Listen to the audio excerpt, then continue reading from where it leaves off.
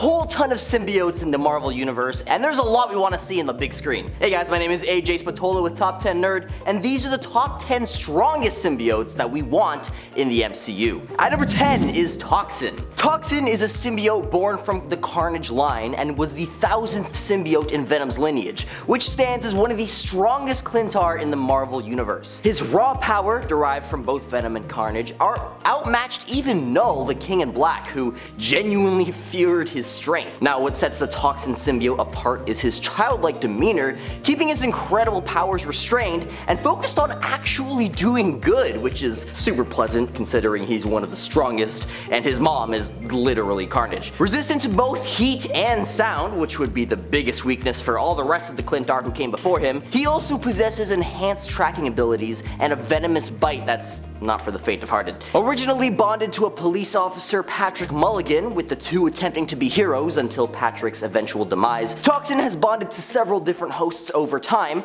adapting to new hosts like Eddie Brock and Bran Waters during key moments in the comics. The symbiote's existence and untapped raw potential for power add a layer to the possibilities within the MCU, promising immense strength and complexity to any storyline he joins. Also, in my opinion, he just looks the coolest. I mean, to see him on the big screen would be a pleasure to say the least. At number 9 is Anti-Venom. Imagine having all the powers wielding the Venom symbiote and none of the drawbacks, like, oh, I don't know, having a voice in your head that's hungry for brains. Yeah, that's basically Anti-Venom in a nutshell. After Eddie Brock parted ways with the Venom symbiote, there was still remnants of Venom lingering within his body. Later, while battling cancer, Brock volunteered at the Feast Center where its founder, Martin Lee, also known as Mr. Negative, accidentally used his powers to cure Brock's cancer, but in doing so, some of his negative powers merged with the leftover symbiote in Eddie's bloodstream, fusing with his white blood cells. And once Venom and Brock were reunited once again,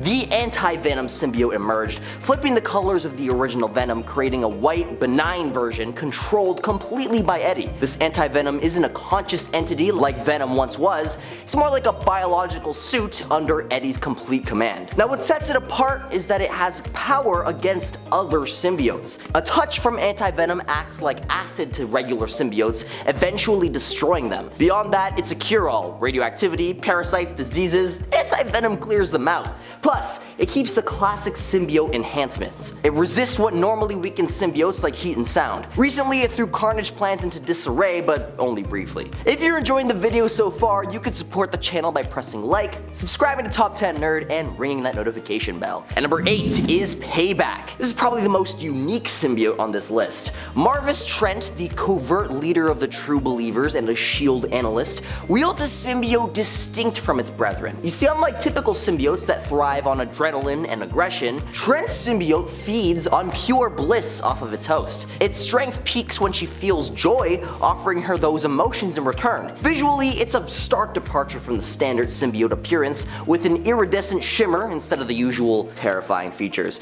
Now, what sets Trent apart isn't just her symbiote's feeding preferences or appearance, she also possesses the typical abilities granted by symbiotic bonds. Her unique connection with the symbiote hints at unexplored potentials within the Clintar, suggesting that these extraterrestrial entities might harbor more surprises, granting their hosts power beyond the norm. Payback's symbiote hints at an entirely different aspect of the symbiote spectrum, adding layers of depth and possibilities for the interactions within the MCU. At number 7 is Scorn. What makes Scorn stand out is its original bonding with machinery. You see, it doesn't really differentiate between itself and technology, forming a unique connection with machines. This ability allows Tannis, the host, to communicate with and influence various forms of technology, kind of like a symbiote version of the TX model from Terminator 3.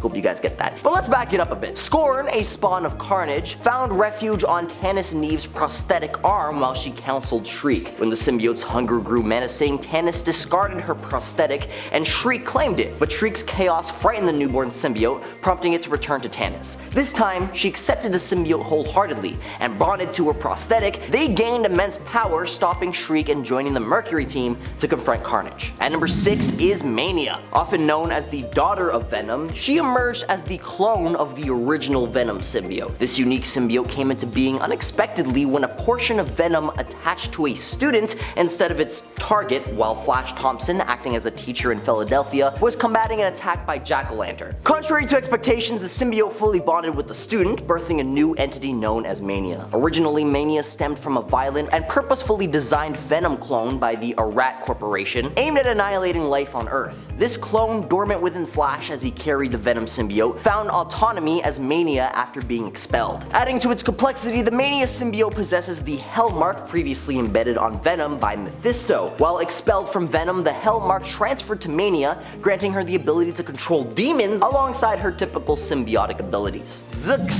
ZZZXX? I don't really know how to say this. Stands as a peculiar symbiote, quite the outlier among its Clintar kind. Unlike most symbiotes that cherish their hosts, this one actually devours their host's brains instead. Locked away in a Shi'ar prison until freed by the psychopathic Vulcan, it found a new home in a Shi'ar host, joining Vulcan's elite guard. Sent to eliminate Havoc and the Starjammers, ZZZXX failed in its mission, attempting to bond with Raza Longknife during the battle but facing rejection. In the skirmish's aftermath, ZZZXX was flung into the Fault, a grotesque universe hosting an antithesis of Professor X. Now, what unfolds in this space, whether a confrontation or alliance, remains shrouded in mystery, but if they survived, an unprecedented, terrifying force could emerge, harboring vengeful plans. At number 4 is Dreadface. Dreadface is a symbiote of the aggressive variety, which thrives on instigating homicidal tendencies in those it encounters. Its first interactions with the Fantastic Four occurred in the pages of Fantastic Four number 360 titled At the Mercy of Dreadface. Initially confined on the ship of Devos the Devastator, likely apprehended on his quest to eradicate warring life forms across the universe. Now, upon the ship's crash during a clash between the Fantastic Four and Devos, Dreadface fled and inhabited the first being it found,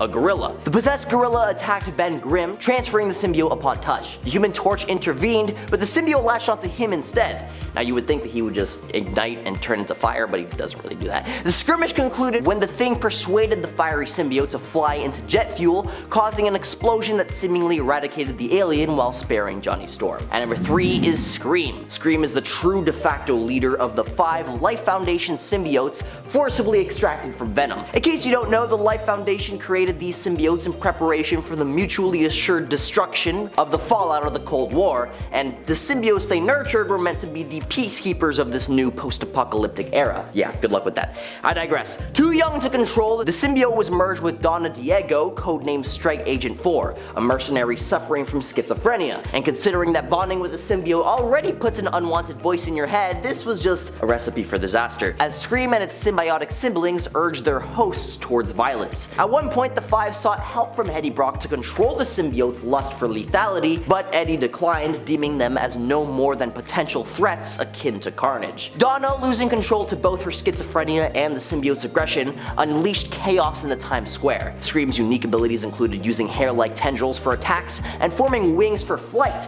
setting her apart from other symbiotes. But without guidance, Donna's struggles with her mental state amplified the symbiote's destructive nature, leading to catastrophic consequences. At number 2 is Scorpion's Venom. Mac Gargan, originally the Scorpion, merged with the Venom symbiote after being recruited by Norman Osborn. You see, the symbiote was offered to Gargan during a mission to kidnap Peter Parker's Aunt May. Tempted by its immense power, he defied Osborn, choosing symbiosis over his original mission, seeing as the Venom symbiote would serve as a more powerful suit than any newly designed Scorpion suit ever could be, and thus, Mac Gargan became the even more menacing Venom. This new form of Venom eventually joined the Thunderbolts and later Norman Osborn's Dark Avengers. Initially in control, Gargan began to struggle against the symbiote's influence, succumbing to its need for lethality and exhibiting a more savage and brutal nature. Despite moments of resistance, Gargan eventually embraced the symbiote's darkness, adopting a man-eating and sadistic persona. However, due to a substance used to control the symbiote, he experienced occasional episodes of unexpected timidity, hindering his combat effectiveness. And at number 1 is Warstar. Warstar is a Type 2 battle symbiote which emerged in a recent comic event, who was crafted by Kang the Conqueror in the 602nd century. Initially under strict programming to serve Kang, it shifted control to Eddie Brock,